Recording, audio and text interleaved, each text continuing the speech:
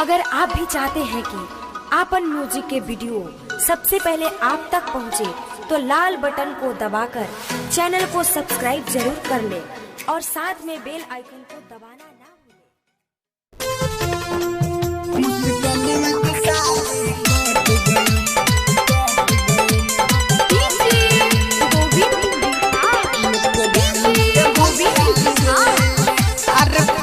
गइल बा दुल्हा ओकर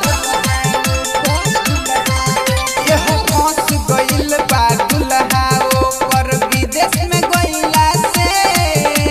फंस गइल बा दुल्हा ओकर विदेश में गइला से मुस्कानमा के शादी कट गइल लॉकडाउन के भइला से मुस्कानमा के शादी कट गइल लॉकडाउन के भइला से अरे फंस गइल बा दुल्हा ओकर विदेश में गइला से फंस गइल बा दुल्हा ओकर विदेश में गइला से मुस्कानमा के शादी कट गइल लॉकडाउन के भइला से मुस्कानमा के शादी कट गइल लॉकडाउन के भइला से अरे फंस गइल बा दुल्हा ओकर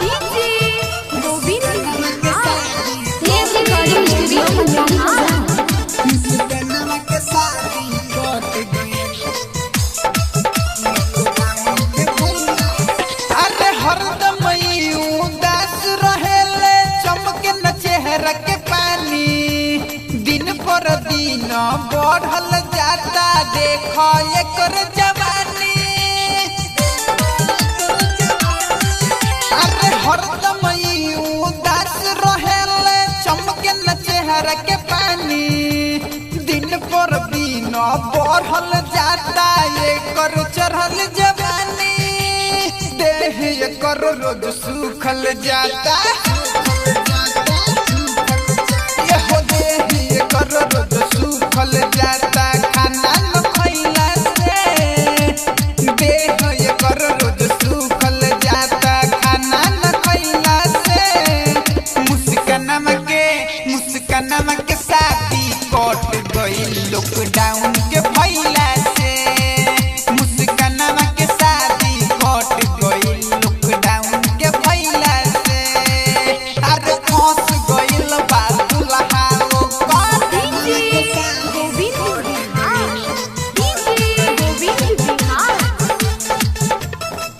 लॉकडाउन के भइला से राइटर सीपू कहीं का काठी भइल बा हालत मोर देखी के हालत मुस्कानमा के फाटी करे जातोर एहो के राजू कहीं का काठी भइल बा हालत मोर देखी के हालत मुस्कानमा के फाटी करे जातोर लाल सजन पड़ल बा विपद एहो लाल सजन पड़ल बा विपद बेमारी अइला से लाल सजन पड़ल बा विपद बेमारी अइला से मुस्कानमा के शादी कट गइल लॉकडाउन के भइला से मुस्कानमा के शादी कैंसिल भइल लॉकडाउन